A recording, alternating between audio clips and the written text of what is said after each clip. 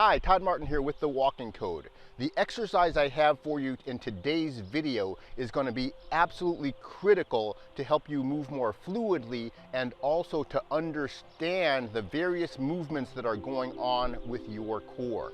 I get a lot of comments from people who are having trouble understanding when they're using their lower abs, when they're using their upper abs, or how they're using them. And when we're walking in a straight line, sometimes it's hard to figure that out.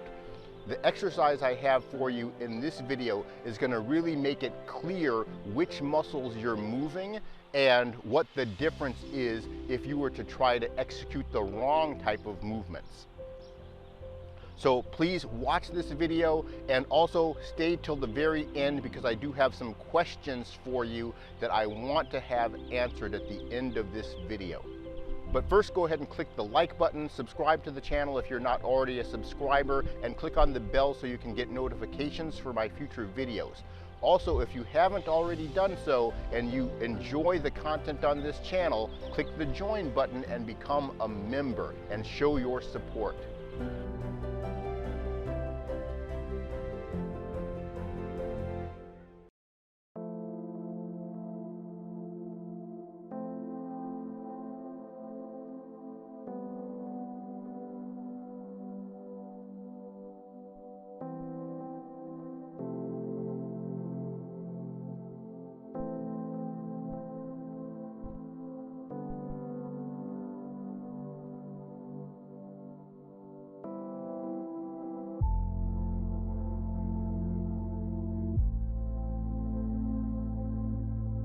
In exercise 1, we are going to travel diagonally with our gaze facing straight forward as I move in this direction.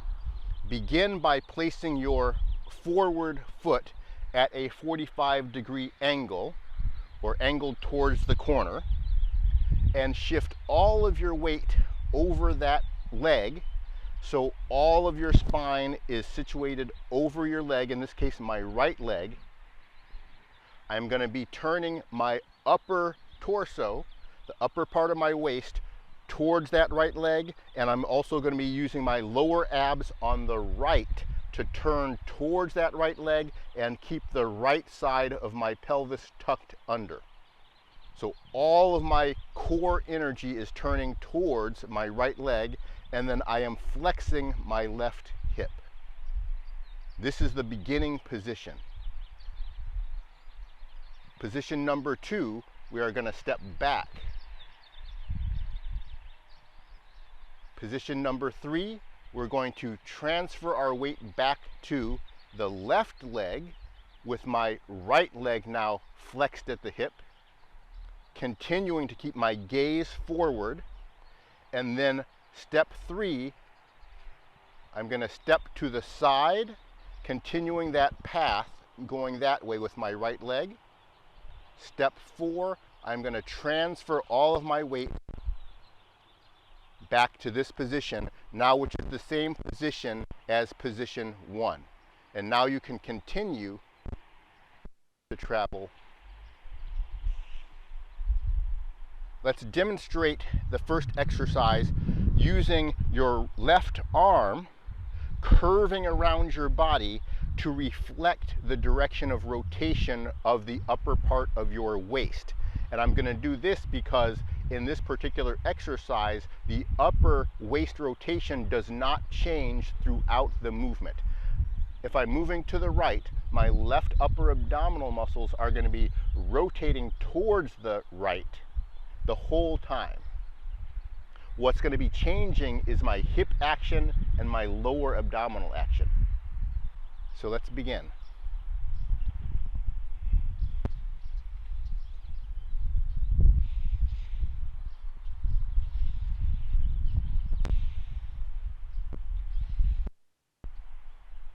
Now let's look at what the lower abdominal muscles are doing throughout the exercise.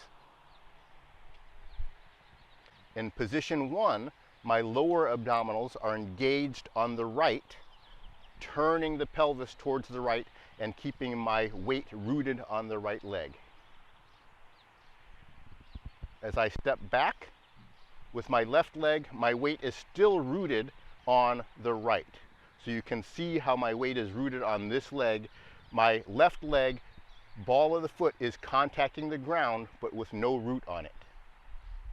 Now to shift the weight back, I am going to continue my upper abdominal rotation the same, but I am going to transfer my lower abdominal action from the right to the left while flexing my right hip. And my right hip is actually flexing already. So the only thing I'm going to do for this motion is I'm going to take my belly button, lower abs, turning from the right and turn it to the left.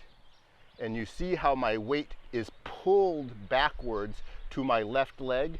Now I am rooted on the left leg, and my upper abdominal rotation is still turning to the right. My lower abs are now turning to the left, and my right hip is flexed.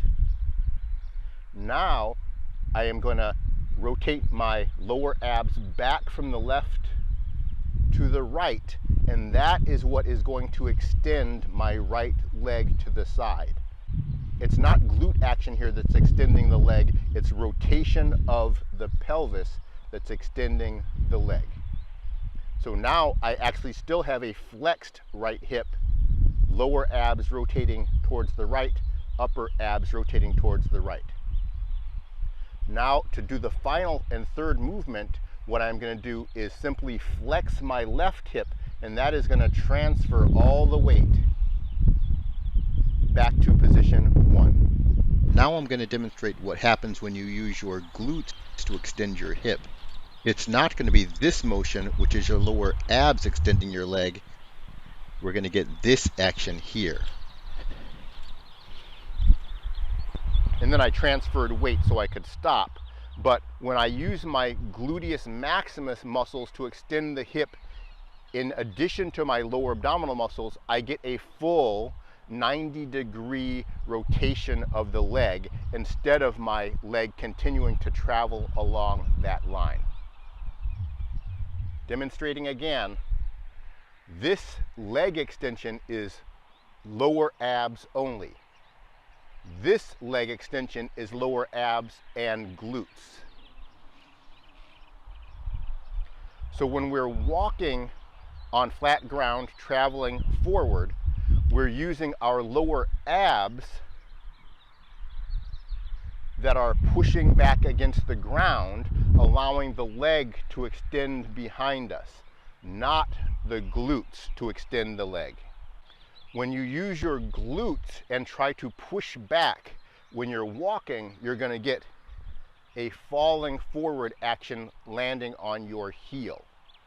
So this exercise here demonstrates how to extend your leg back with your abdominal rotation, not with your hip action. Abdominal rotation, glutes. That's the difference. Thanks for sticking around. Watch part 1 in slow motion while I ask you a couple questions. You can place your answers in the comments. I'll also demonstrate part 2 of the exercise, which you will see in an upcoming video. Question 1. If you have been practicing the walking code techniques, do you feel more conscious with your core movement? Question 2. Would you find a live stream question and answer session valuable? Let me know your answers in the comments.